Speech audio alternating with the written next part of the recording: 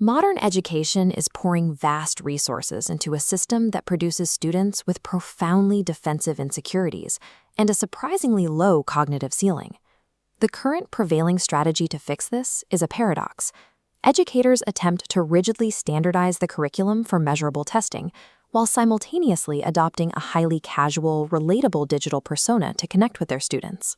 Treating academic consensus like a trending topic that can be easily simplified strips the intellectual weight from classroom. Swapping complex thought for linguistic convenience dismantles the exact formal structures required for deep critical thinking. To understand why this dual approach fails, we have to look at the biological bedrock of the student. We need a first principles breakdown of the adolescent brain itself. We will examine three specific pillars: the neurobiological constraints of a developing mind, the measurable erosion of language in the digital age, and the systemic flaws in traditional curriculum design. What the data reveals is that cognitive development demands an environment of radical pedagogical autonomy, strictly enforced by uncompromising academic rigor. Rescuing the developing intellect from digital casualness requires a structural reevaluation that starts at the biological bedrock. An adolescent student is operating with a severe structural constraint. Their brain is actively rewiring itself and remains physically incomplete. The most critical missing piece is the prefrontal cortex. This region acts as the brain's chief executive officer, responsible for foresight, empathy, and emotional regulation. This structural model illustrates the timeline of that development. While a teenager may look physically mature, the prefrontal cortex doesn't finish forming until the mid-20s. This creates a mechanical problem.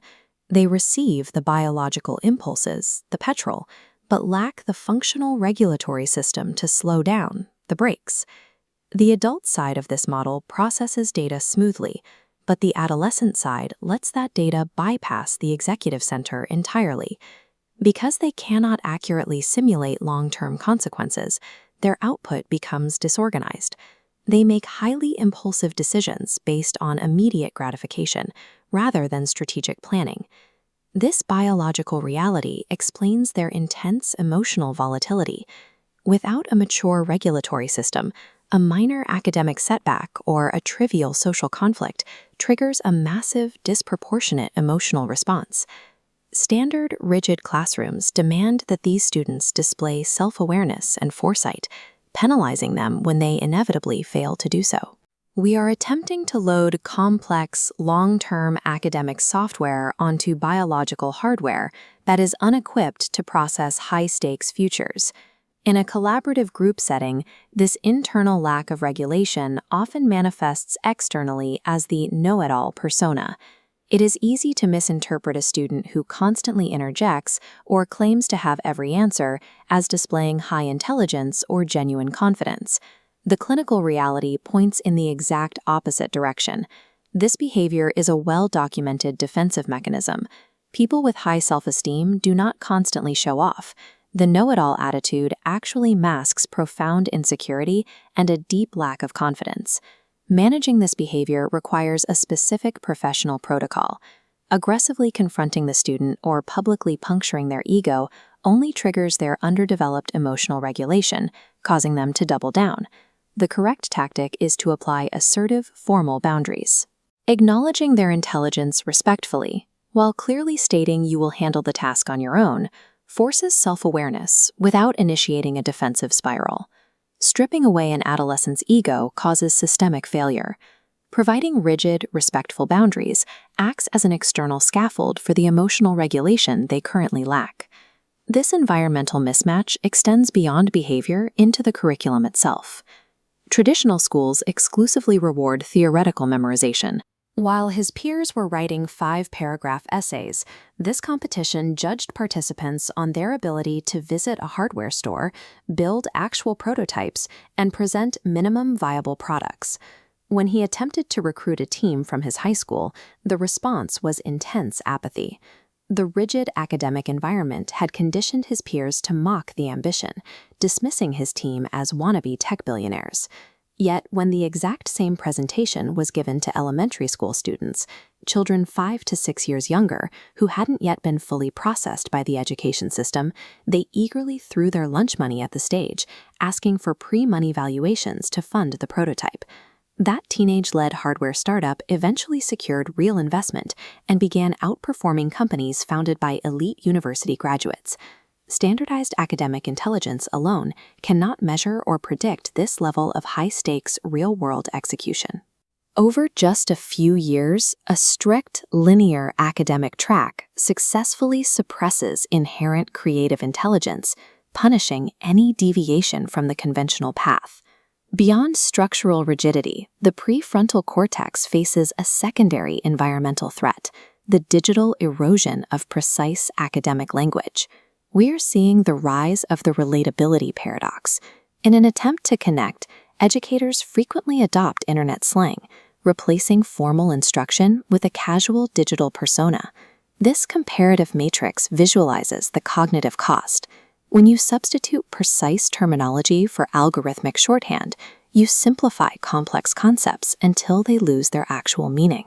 The formal register requires the slow, methodical satisfaction of deep intellectual synthesis. Casual digital slang replaces that depth with a rapid, superficial dopamine loop of social validation. A severe psychological shift occurs when a student begins viewing a professor not as a professional mentor, but as just another content creator fighting for their attention.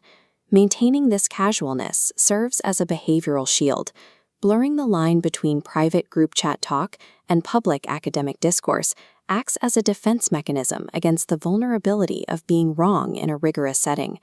Prioritizing relatability over formal distance systematically limits the student's cognitive ceiling, stripping the intellectual weight from their arguments before they even form them.